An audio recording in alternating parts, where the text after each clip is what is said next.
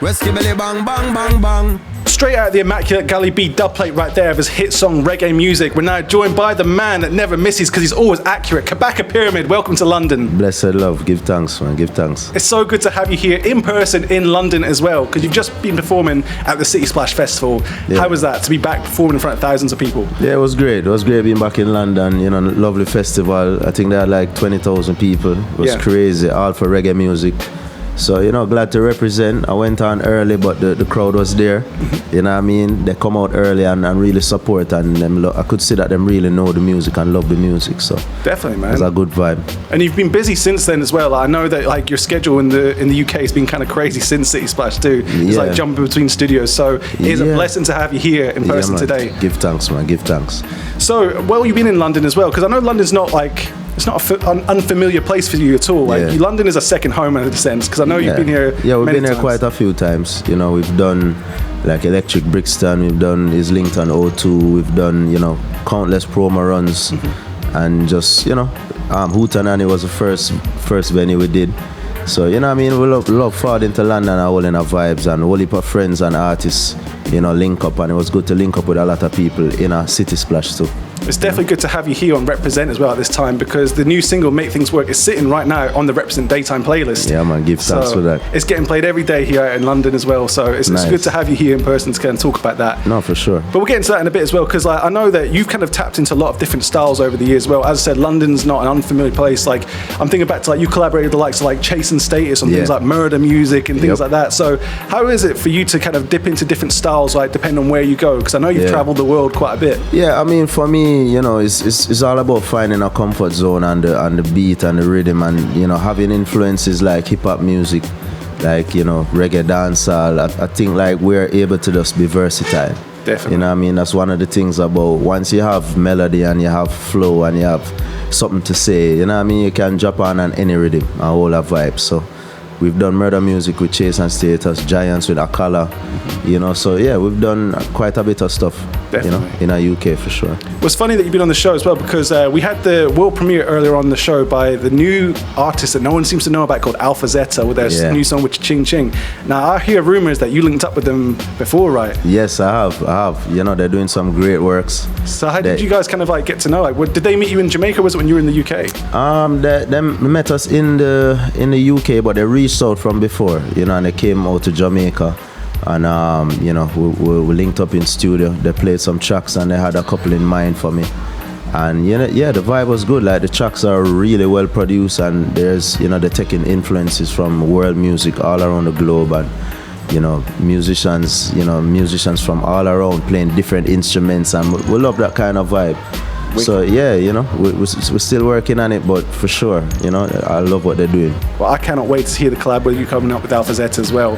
But the thing is, you've been in the game now for at least 10 years, right? It's been kind of, I think, 10 years since Rebel Music. Yeah, like dropped. 11 years. 11 years then. So like, was there a point for you when you knew what the Kabaka Pyramid sound was? Did you like, because I know that you didn't come through the traditional kind of upbringing. A lot of people kind of started singing in churches and things like that. But you were hip hop, right? Yeah, I mean, you know, we were just making music as friends, you know, and at home in our home studio.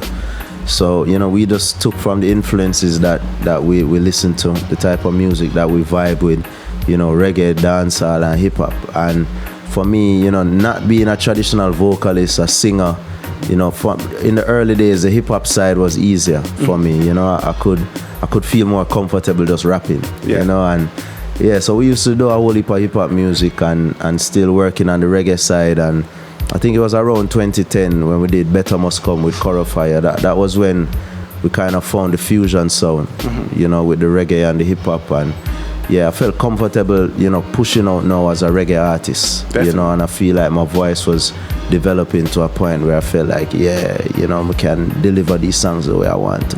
Definitely. And I feel like it's taking you back into hip hop and sometimes as well. Like, you collaborated with Walshy Fire and Raekwon and Be Inspired. Like, how was it feeling being on what I'd say is a traditional hip hop track? No, for sure. You know, I'm comfortable on those. You know what I mean? I have hundreds of tracks recording on them kind of beats, so feel comfortable. But I was doing my thing like as a DJ still, you know what I mean? But still lyrical and, you know, with that hip hop flavor. So yeah, for sure. And Raekwon is one of my one of my crazy influences, like definitely, you know, Wu-Tang Clan, the whole Wu-Tang family, and Raekwon in particular. Yeah. So it was crazy to be on that track for sure. That must be amazing, man. And I think that's something that's like, you've proven yourself lyrically in all aspects of your work as well. Like one thing that I really loved back on the hip hop kind of style was on the Federation mixtape that you'd done on the DJ Premier beat, was lyrics above the clouds stuff, like, right? Yeah. So like to jump on that primo rhythm again, to hear you on that, like it just shows like the lyrical kind of like sort of the quality of your lyrics sure. as well. I mean, we grew up listening a lot of gangster and primo stuff. Mm-hmm. Remember, like Nas is like, you know, them beats is classic. So yeah, we feel comfortable on them sound there and that kind of boom bap era. Yeah. You know what I mean? For sure. And it definitely carries over. Like I'm thinking to when we heard the remix that you done with Bounty Killer and Sasko of Loco, like your verse on that one, just like when it came to that one, you can hear that kind of 90s boom bap sort of influence in that one. So is that something that you've always like wanted to write into all your work? Because I know you kind of like, you flip between kind of the sing style as well as the rapping. Yeah, it just depends on the beat. If the beat calls for it, then I bring out that side of the pyramid. You know what I mean? But yeah, it just depends. You know, I have songs where, you know, if you're listening, maybe you're not going to detect the hip hop style in those. But, you know, for sure, the majority of my music, I try for tap into that at least a little bit. Definitely. And especially on one of your more recent songs with DJ Theory on Greatness, right? Like, to me, like, that's hip hop, like straight hip-hop, through. Straight through, for sure. And, you know, we love them vibe, we love them beats there. And yeah, you know, we love do them kind of music. So big up to DJ Theory and the whole Link, Max Glazer, everybody. Mm-hmm. Definitely, man. And the fact is, like, again, it kind of goes to show how consistent you can be and how versatile you can be. Like when we look at like tracks like Ready with like Jugglers, like that dance, like you can go dance or when you want to. Yeah, and for me, you still get the lyricism in it too, you know. But yeah, it's still dancehall. It's still, if you know, the chorus. We add a little melody in the chorus. So it has that, you know, that reggae sing J kind of vibe or whatever. But it's, you know, we're still just a DJ / rap. You know, I don't even know what to call it sometime, but we just find our way in between them style there, you know? Definitely, man. And we can kind of see like how your sound has influenced a lot of the new artists that we're breaking through right now. Like you see the likes of Royal Blue, Runkers, who again, very conscious, lyrical artists as well. So how does it feel to be kind of like someone that's definitely helped kind of create this avenue for a lot of other artists? You create opportunities down the line. Yeah, I mean, for sure. You know, it's good to see the next generation inspired by what we do, and you know, they're super creative too. And you know, it's great to see. And I feel like we have an important, you know, role to play. Artists like myself, really, you know, when you check it, it's really Damian Marley start the whole thing. Yeah. When it comes to that reggae, hip hop fusion. I mean, you can go back to like Supercat and them, and they're still, you know, but just in terms of this modern dispensation of it, like, you know, like Road to Zion and them kind of song, there's really like the blueprint. Definitely, man. And I feel like one thing that you've carried throughout all of your styles of music that you've performed in is you've always got to have a very clear message as well. Like, I feel as if you can tell that there's an ethos about Kabaka Pyramid in every single song. Like, I know in the past, like you won't kind of go towards gunman lyrics that are kind of glorifying that. Like, you were very kind of clear, making sure that the message is it can be honest, but at the same time, like, you got to make sure that like it's inspired for the next generation. Yeah, responsible. You know, we have a responsibility to help to shape the younger minds. You know, and the music definitely does that. And if you neglect that, then to me, you're being irresponsible. And if you actually know, if you are educated and you know what the music does, I think you have a responsibility to say the right things and you know, at least represent a balance at the very least. Yeah. Definitely, man. And I think that kind of brings us to where the new single is now, right? Because the brand new single, Make Things Work, it carries that kind of message of uplifting, positive kind of responsibility, as you said. For sure. When did you write that one? Was that in the pandemic that you were writing this song? Yeah, it was during the pandemic. Yeah. It was one of the first songs that we did for this upcoming album that we're working on with Damian. And it was one of those that we knew this was gonna make the album as soon as that song was finished. Yeah. You know, and we've been, you know, working on crazy other music around it as well. And it's one of those heavy roots reggae rhythms, live drums, you know what I mean, that the sonics on it is incredible. And it shows that there's more growth and maturity with the music. It's more universally relatable and thing now. And that's some of the boxes I'm trying to check on this album and make sure that there's growth in that, you know? Definitely, man. And that's the good thing. You're saying that you kind of wrote that in the pandemic time. What would you say has been the most teachable lesson that you kind of, because obviously in the song it's kind of talking about like, you know, hustling for your own money, making something your own. Like, what would you say are the most teachable lessons you've learned in the last 2 years? I mean, over the years you have to learn how to survive and have multiple streams of income, you know, and I've you know, dabbled in like stocks, investment, crypto, all kind of things, you know, and other outlets of my craft too, and just, you know, engaging with the fans more and thing on social media and showing different sides of the pyramid and different aspects of the lifestyle. And these are things that you know, we can use to be a part of the branding too. Yeah. You know, so we learn a whole heap of things, but at the end of the day, you have to make it work. You know what I mean? That's the line right there, man. And I'm thinking if you look on your Instagram profile picture right now, you can see the NFT Kabaka Pyramid. Exactly. So like, is that something that you're definitely focusing on? Yeah, no, for sure. I mean, like a bunch of people have been contacting, wanting to do NFT projects with us, and that was a Crypto Rastas project, you know, a part of the artist drop, and it was good. You know, the NFT sold for a decent amount, and you know, those type of partnerships are good for artists, and it helps to develop the industry too. Absolutely, and that's the kind of thing I want to talk about, especially in Jamaica. A lot of the young guys in Jamaica, I think it's important that you're showing them there's this opportunity. It's not just a case of like, back in the day, like every kind of source of income from music was from sound system, like, or CD sales, or, you know, or tape touring, or whatever. And when that was taken away, I think it was a really good thing that you could kind of inspire a lot of other artists, saying like, yo, there's other things you can do while we're at home doing these things. No, for sure. That's exactly the mission with it. And there's so much more to be done, because music can be NFTs, you know, not just art or whatever, you know what I mean? So it's unlimited right now, and it's a whole new wave that's opening up whole heap of opportunities for youths, and definitely want the youths, and especially the ones in the inner city, to know that there's options, you know. Yeah, and I think we saw Buju Banton done that. I think one of his tracks of his album was an NFT. That was the way of kind of getting it. Yeah, no, for sure. He's you know, dive head first into the NFT world, and it's good to see. Yeah, especially somebody from that generation too, you know. Yeah, I think like this, like someone from that generation who, through like his life, has been kind of, I suppose, out the game for almost 10 years, to come back to be at the forefront of kind of the new technology. Like, I think that's an inspiring thing as well. Yeah, for sure.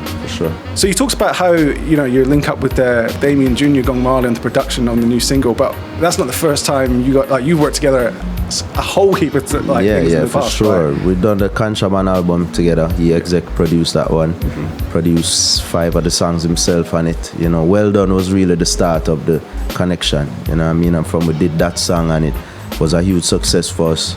You know, we just wanted to keep the vibe going and working, and you know, that's how the Contraband album came together. Yeah. And then, you know, wanted to follow it up with another strong project. So that's what we've been working on over the last, say, 2 years. So on the corner rhythm for Well Done, was that like the first time you kind of linked up with Damian Marley? Yeah, that was the first time. Yeah. Oh man, it's definitely made an impact, because like it's carried you 10 years. No, definitely. About 10 years now, right? I mean, that was 2015 it released, early 2015. Yeah. So it's done well over the years, man. But that's the thing, and you talked about the Contraband album, which to me still, I listen to that all the time. It's one of those albums, in the same way that you look at, you kind of like, you know, so like Buju's Inner Height, so you see Chronic's like, it's one of those albums that just says will always be timeless. Straight. And was that something like, I think it's important, like, how do you write an album like that, especially in modern days when people's attention spans are so short? Yeah, I mean, it's not a huge album culture right now. Everything is about singles, about social media, but I think it's important when you do albums that you have songs with real substance. You know, so it's not just the same type of songs that you hear on the radio, and it feel more like a compilation. Yeah. It's like you want to do some songs where like album songs, and like songs that have depth and show different sides of you. You know what I mean? So that's I think that's important to do, and I think Contraband definitely had a wide range of styles and sonics, you know. Yeah, definitely. If you listen to the track Contraband, wildly different to the jammy style production on reggae music, for example. Exactly. So, speaking of reggae music, that's one of my personal favorites. Not just because we played the dub plate, but like, how was it working with jammies and that? Well, jammies, we just use the studio for the video, but it's Natural High did the production. Yeah. So you know, they are a set of youths that doing great work. They did Black is Beautiful with Chronics. You know, they did Wayne Marshall's big song. What the title? I forget the title. But yeah, the big, you know, spiritual song that Marshall did. That was Natural Eye.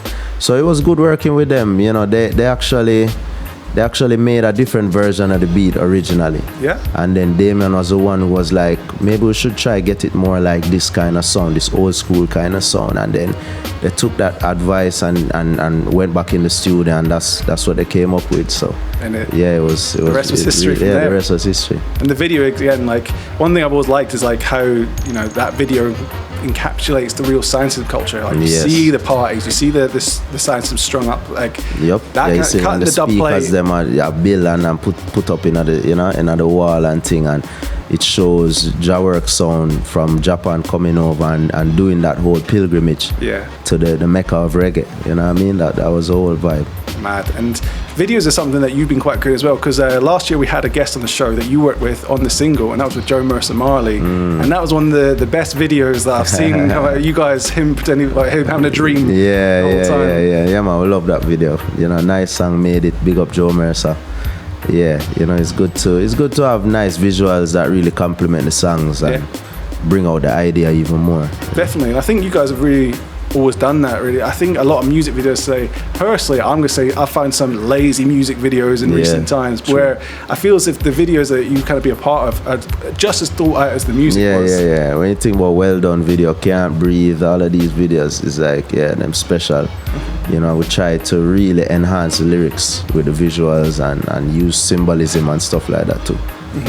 But definitely can show how hard you work in your music as well, because I know that you produce as well. Like one rhythm that we had on repeat was the Victory Rock rhythm, right? So I'm thinking that must be something that you're quite proud of, right? Yeah, definitely. Glad to get that out. First juggling project for us on the label. You know, great artists to work with. All of them were very easy to work with. Yeah. You know, and they all supported the project too, which I think is needed for juggling culture. For the artists to support and really focus on the song. Treat them like singles, and that's the approach we took. We singled all the songs and really got that focus on them, and then it was great project, great result, I would say, and it's been good so far, and we hope to do more jugglings in the future. Definitely, and that's one thing I can't wait to understand, really, because obviously in Jamaica, rhythms, maybe not so much nowadays, but have always been king in the way that music has been, I suppose, digested for people. Consumed, sort of thing. But you kind of travel in the world now. I know you've been you've been to Japan, you've been everywhere over the globe. Like, how do you feel as if like the people's sort of appetites or rhythms are? Like, do you feel as if it's still just as important as it ever was? I think in Jamaica it seems a little bit less than before, but around the world, like, when you just hear reggae music being played around the world, it's usually jugglings. It's usually and juggling rhythms tend to be the ones that work well in the dance. That's why you end up juggling a rhythm, because you know it are gonna get juggled in the dance. So I think that aspect of the creative process is necessary. You know, when you have singles and single rhythms, they tend to be more unique and more creative. But the focus is not always on, does this sound well over a sound system? You know, does this mix in well with other songs that will play in the dance and thing? So I feel like it's important to have that juggling aspect for the culture. Definitely, man. And I think that's another thing, like where I see kind of music being released nowadays, like how do you decide on what's going to be a single, an album, an EP, or even a mixtape, or even a dub plate? Like where does the decision making come in? I mean, you know, you sit with your team and sometimes you just have a feeling, like you have certain songs and you can know which one kind of sounds like a single because it has that catchiness, or it has that, you know, that 3-second grab you kind of vibe. You know, that tends to be what you single. But you know, I think there are always different factors. Sometimes it's where an artist reaching them career. You know, if you have a good fan base, I think it's good to have an album. If you're just emerging, it's nice to do mixtapes or EPs. And if you have, like, if you want to set a project in a particular sound, then it's good to do an EP and just have that kind of vibe right through. But I think albums should be a little bit more diverse, and you know.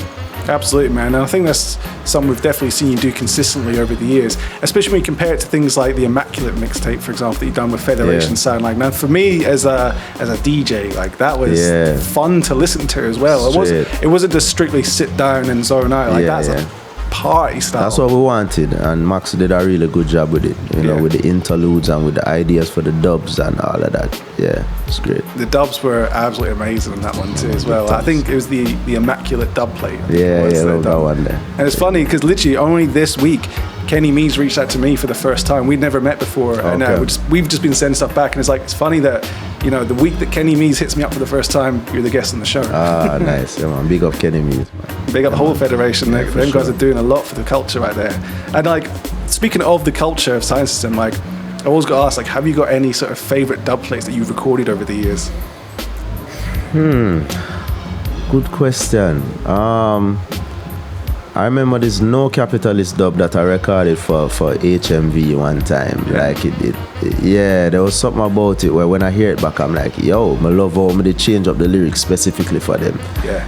And I mean, you know, but you buy so much dubs over the years, it's like, it's hard to keep track or just pick a favorite, you know what I mean? But definitely, I would say probably between Well Done and Reggae Music are the songs I record the most dubs for over the years. Yeah. I still run my ones now, and I still will use the acapella on other drum and bass rhythms and mixes like that. It's one of those timeless records that goes well with anything in a dance. Yeah, man, give thanks. So it's kind of talking about in a dance as well. Like, you were on the VP Records Dancehall Anthems compilation. You've done an amazing cover of Michigan Smiley's Nice Up the Dance. Yes. Like, how was that for you to kind of go back to the sort of the foundation style? Yeah, it was good because it's a song that I tend to like just freestyle in my set when I'm on tour, and so I was a little familiar with it too. And when Jeremy Harding Lincoln said they're working on this project, you know, he sent a list of songs to choose from, and immediately I chose that one because I felt like, yeah, this is something where I can DJ. You know, a lot of them were like singer songs and things, and I felt like this one I'll be most comfortable with, and I feel like, yeah, we kind of hit the nail on the head with it, and, you know, well received. Enough dub plate voice feed too, and you know, that kind of vibe there. People just love, like, Soundman just love them kind of thing. Definitely, that whole compilation was incredible. Obviously, things like Sasko's Dust a Soundboy, like the things like that were just, and I think you had Naomi Cohen covering Garnet Silk, things like that, very outside the box kind of ways of thinking. Sure.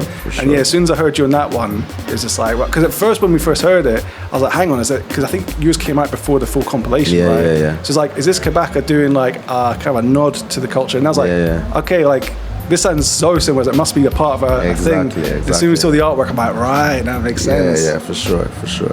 Yeah, the tune bust though. Great project, great initiative, Definitely. So, you know, you've just been playing here in London at City Splash Festival. We've got the brand new single, Make Things Work, sitting on the Reprezent playlist at the moment. Like, what's coming next as well? You mentioned an album in the works. Yeah, we have an album in the works. We want to drop our next single in the next coming weeks. Just crazy songs, some nice collabs. I don't want to give away too much yet. You know, we'll probably touch base again when everything is finished and we have all the features in and all of that. But definitely, I think I've stepped up a lot as an artist. I think Damian would tell you he stepped up a lot as a producer too, and you know, him produce all the songs on it. You know, so it's gonna have that cohesiveness sonically. And just a lot of growth and maturity as an artist, but it's still fun, you know, have some fun tracks, some unexpected collabs and things. Absolutely, man. Brother, looking forward. We cannot wait for it right there, because like already from what we've been hearing, it's absolutely amazing music. It's immaculate music, as we say as well. Give thanks. And I'm really excited to hear the new album coming as well. So Kabaka Pyramid, I want to say thank you so much for joining us today on the Gully B Show. We're going to jump into the new single right now that's sitting on the Reprezent playlist. Make Things Work. Kabaka Pyramid, thank you so much for joining us. Bless up. Give thanks.